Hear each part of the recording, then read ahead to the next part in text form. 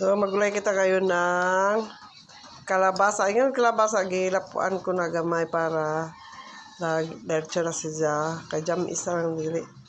Ato, gibutangan o panakot na.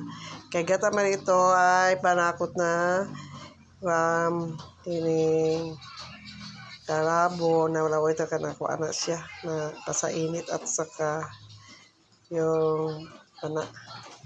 So, marami tayo dito mga lamas. So, lagyan na natin ng ating subak na laing na jijing.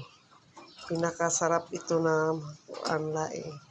So, lagyan na natin ito ng, hindi natin lahat ang panakot na kuwan. Nalagay ito. Pinakasarap ito. So, nalagay na tayo ng gata.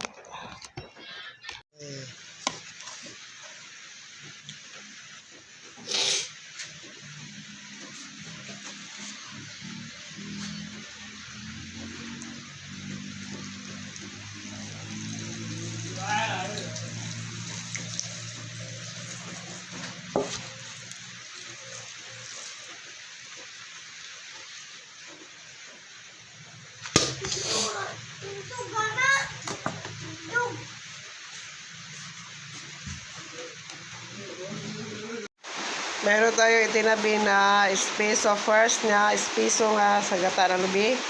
Wala pa na tayong sibuyas na dahon. Ito na lang ang ating ilagay para mahumot. Ito ang last nating ilagay pag maluto na yung ating ginataan na kuan.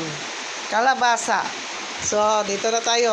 Atin nang gitakang yung atin nang isalang sa ating gastog yung ating gulay na kalabasa. Napakasarap yun kung maluto kasi mayroon siyang subak na mga laing, na mga magagandang mga laing na ito ay jijing, ang pangalan ng jijing. So, hintayin na natin itong maluto.